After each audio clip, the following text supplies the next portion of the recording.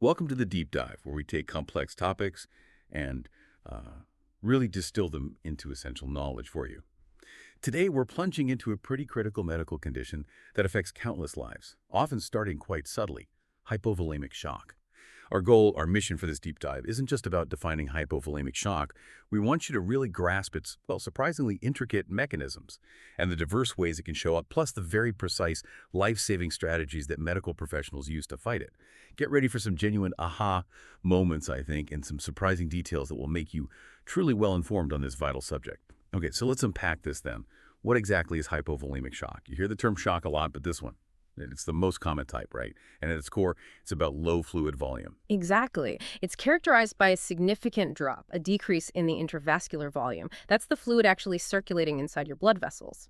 And to really get that, it helps to think about your body's fluid compartments. Roughly 2/3 of all your body water is inside your cells. That's intracellular fluid.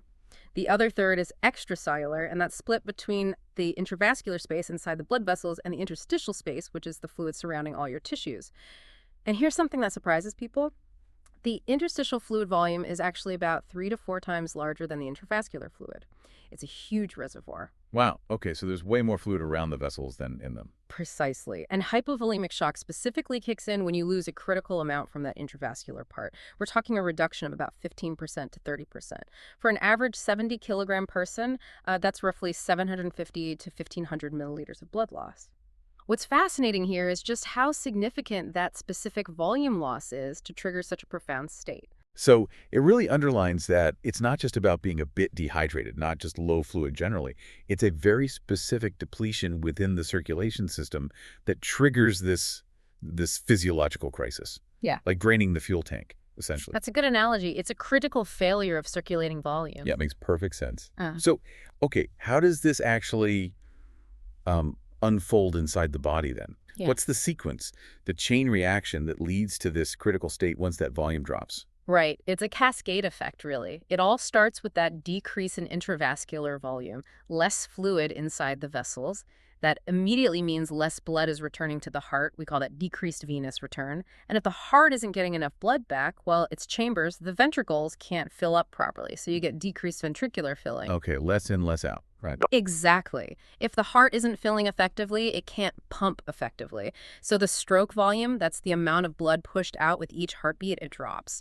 And that directly leads to a fall in cardiac output, the total amount of blood pumped per minute. When cardiac output plummets, your blood pressure drops. And crucially, your tissues and organs just can't get adequately perfused with blood anymore. Perfused meaning supplied with oxygen and nutrients. Yes, exactly. If we connect this to the bigger picture, this whole cascade means your body's cells and organs are basically being starved of the oxygen and nutrients they desperately need to function. If it's not corrected quickly, that leads to organ damage, organ failure. That's a really clear picture of the internal crisis. But what causes this initial fluid loss or the shift? You mentioned shift. It's not always something obvious like, a big wound. That's right. It's not always dramatic external bleeding. The causes generally fall into 2 main categories. First, you have external fluid losses. This is where fluid is literally leaving the body. Think of major trauma, obviously, surgery, severe vomiting or diarrhea that just won't stop, or conditions causing excessive urination diuresis, things like diabetic ketoacidosis, DKA, where high blood sugar causes massive fluid loss, Okay. or diabetes insipidus, which is much rarer but causes extreme thirst and urination. And of course, significant hemorrhage, external bleeding, is a very direct cause. Right. Straightforward loss. What about the other category? The second category is internal fluid shifts. This is where the fluid isn't actually leaving your body, but it's moving out of the intravascular space, out of the blood vessels. It shifts into other areas, like the interstitial space we mentioned, or into body cavities. So it's still inside you, but in the wrong place. Exactly. Examples would be severe burns, where damaged capillaries just leak fluid everywhere, or ascites that's fluid building up in the abdomen. Peritonitis, an infection in the abdominal lining, can cause fluid to pool there too. Even just severe dehydration can involve shifts like this, and also serious conditions like necrotizing pancreatitis. Oh, okay. That raises a really important question then. Why are these internal shifts where the fluid isn't actually leaving the body, why are they just as dangerous as, say, external bleeding? my gut feeling is if it's still in the body somewhere. Yeah, that's a very common thought and a great question. The danger lies in the fact that this fluid, even though it's still technically in the body, is no longer circulating effectively within your blood vessels. It's not doing its job of carrying oxygen and maintaining blood pressure. Remember that huge interstitial space. When fluid shifts out of the vessels and into that space, or into the abdomen, like with ascites, it's essentially lost to the working circulatory system. Ah, I see. So it's like having gas in your car, but it's sitting in the trunk instead of the fuel tank. It's there, but useless for moving the car. Precisely. It's not contributing to blood pressure, not contributing to perfusion. So the effect on the circulation is just as bad. That's a really crucial distinction. Yeah. Okay, so once hypovolemic shock actually sets in, what's the immediate game plan? What are the doctors and nurses trying to achieve right away? Well, the goals are pretty clear, and they have to happen fast, often all at once because it's so urgent.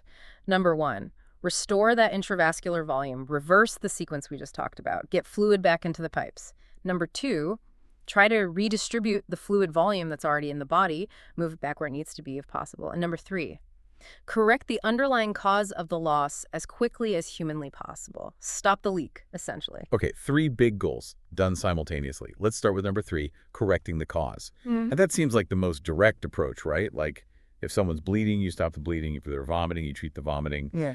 Exactly. That's fundamental. If it's hemorrhage, you apply pressure, maybe rush to surgery, use whatever techniques are needed to stop the bleeding, achieve hemostasis. If it's severe diarrhea or vomiting, you give medications, antidiarrheals, antiemetics, to stop that fluid loss from the GI tract. And you mentioned it's common in older adults. Yes, it's particularly important to remember that in older patients, severe dehydration itself, maybe from not drinking enough or other underlying issues, can often be the primary trigger. So just aggressively addressing that underlying fluid deficit is absolutely key in that population. Okay, stopping the source. Now let's get into the really interesting part for me, the fluid replacement itself. Goal number 1. How do medical teams actually get fluids back into someone who's in shock, really quickly? And what kind of fluids are we talking about? Is it just like saline? Yeah, rapid access is absolutely critical. Speed matters hugely here. So they'll typically aim for at least 2 large gauge IV lines. Large gauge means a wide needle, a wide catheter to allow fluids to flow in really fast. Okay, big pipes for fast flow. What if they can't get an IV in quickly? Good point. If a standard peripheral IV in the arm or hand can't be placed quickly, they might use an intraosseous catheter, or IO. That goes directly into the bone marrow, usually the sternum, the tibia in the leg, or the humerus in the arm. The bone marrow connects directly to the central circulation. Wow, into the bone. Yep. It sounds intense, but it's a very effective and rapid way to deliver fluids and meds when peripheral veins aren't cooperating. And having multiple lines, whether IV or IO, lets them give fluids, medications, and maybe blood products all at the same time. Makes sense. So what fluids are they actually pushing through those lines? The main goal is to restore that intravascular volume, so they prioritize fluids designed to stay in that compartment, at least initially. The workhorses here are crystalloid solutions, things like lactated Ringer solution or 0.9% sodium chloride solution, which is often just called normal saline.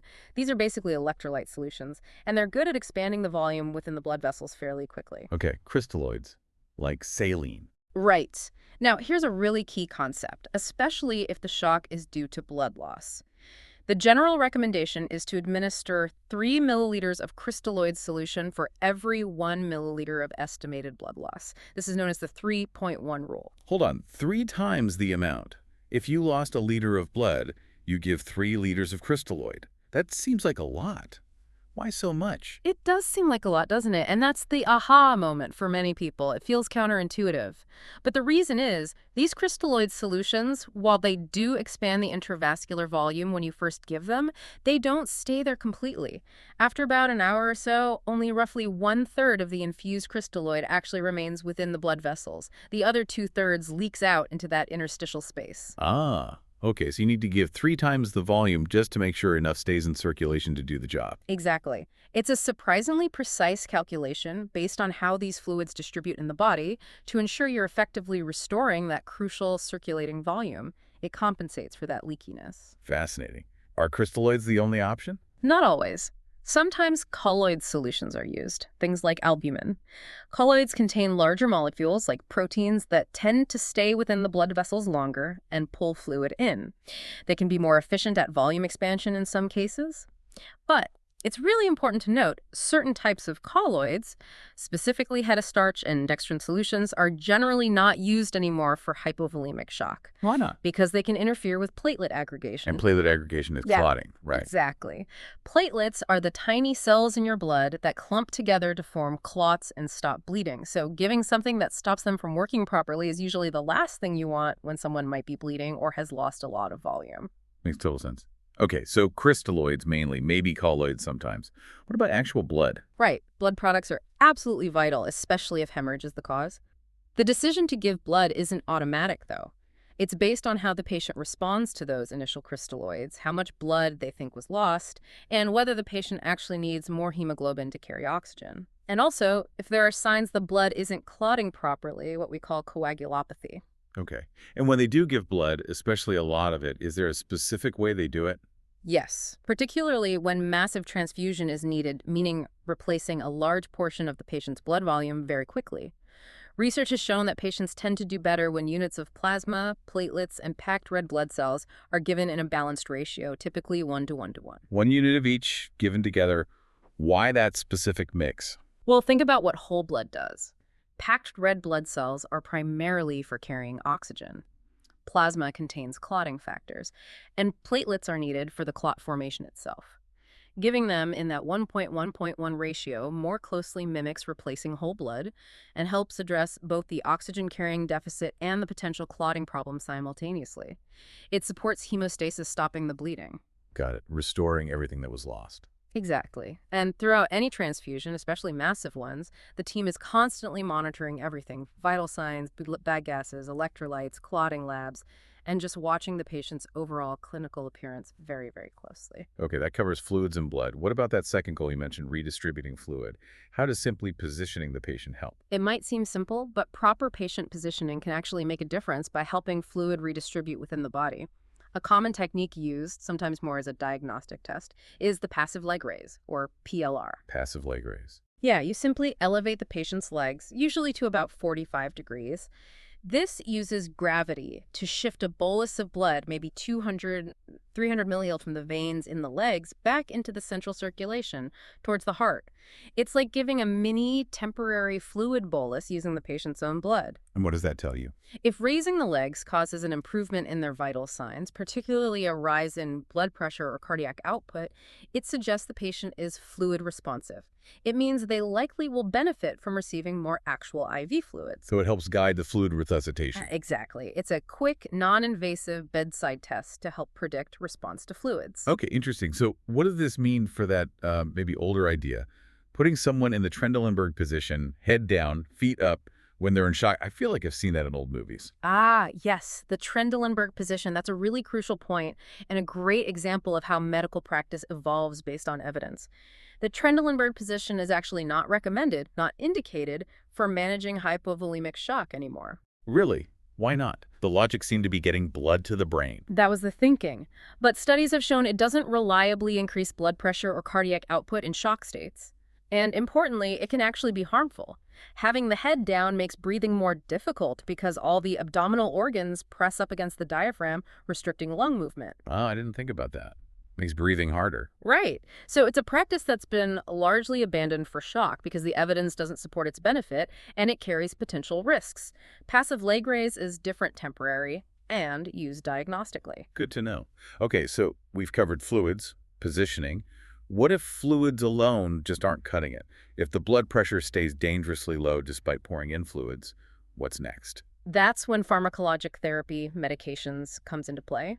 If aggressive fluid resuscitation fails to restore adequate blood pressure and perfusion, the next step is often vasoactive medications. Vasoactive, meaning they act on blood vessels. Correct. These are drugs, often called vasopressors, that cause vasoconstriction. They squeeze the blood vessels.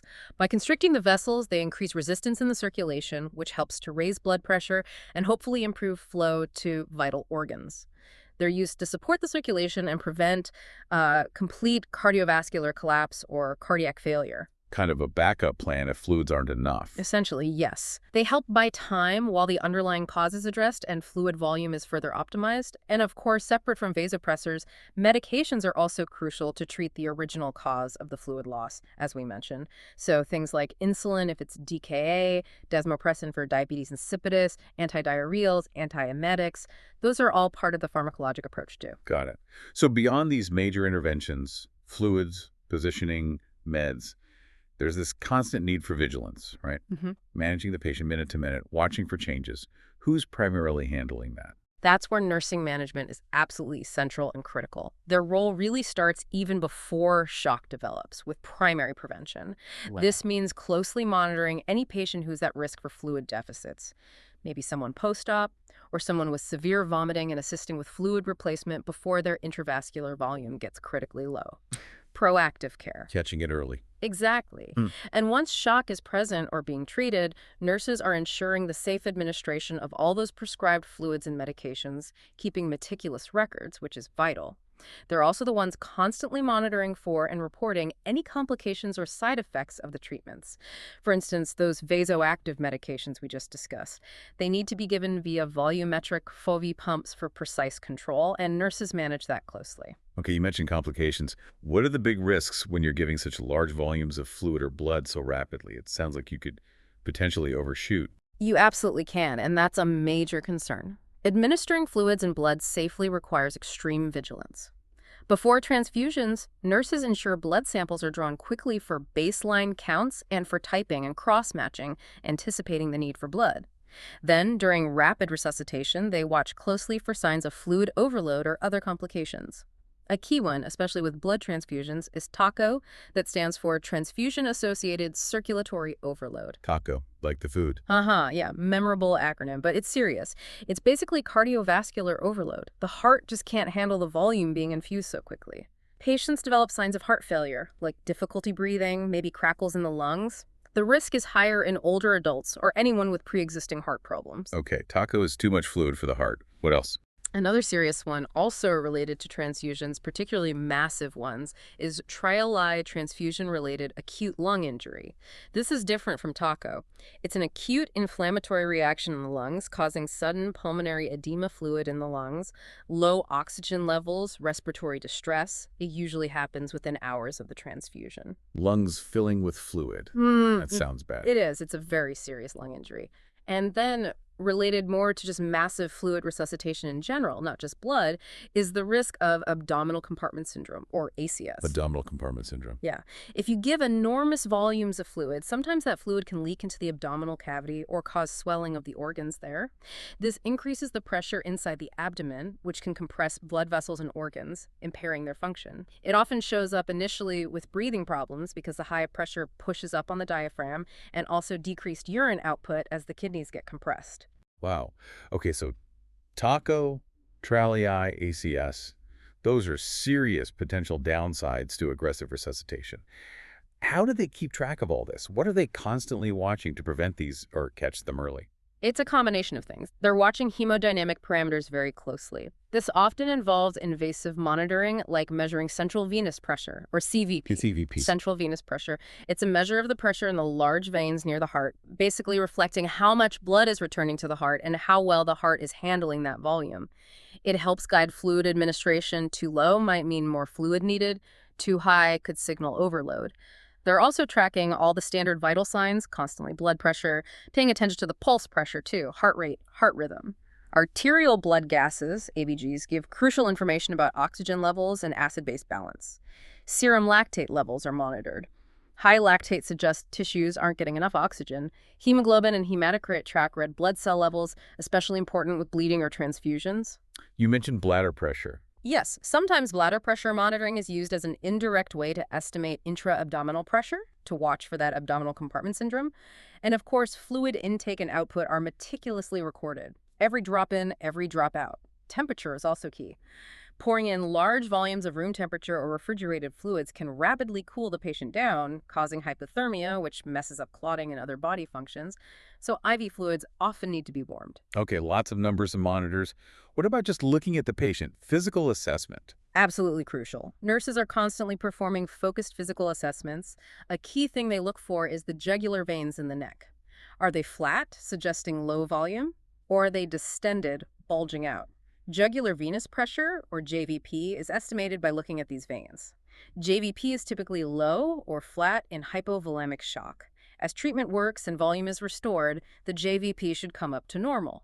But if it becomes significantly elevated, if those veins are really bulging, that's a strong warning sign of fluid overload or even developing heart failure. So watching the neck veins gives a clue about fluid status. It does. It really underscores the need for constant critical thinking, putting together the vital signs, the lab values, the monitor readings, and what you see in the patient assessment to get the full picture and ensure safety. Right. And beyond all the numbers in the machines, what about just the basic human aspect? The patient is going through something incredibly frightening and physically stressful.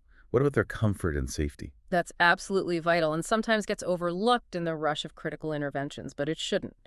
Oxygen is always given, usually via mask or nasal cannula, to maximize the amount of oxygen being carried by whatever hemoglobin is available in the blood. It helps tissue oxygenation.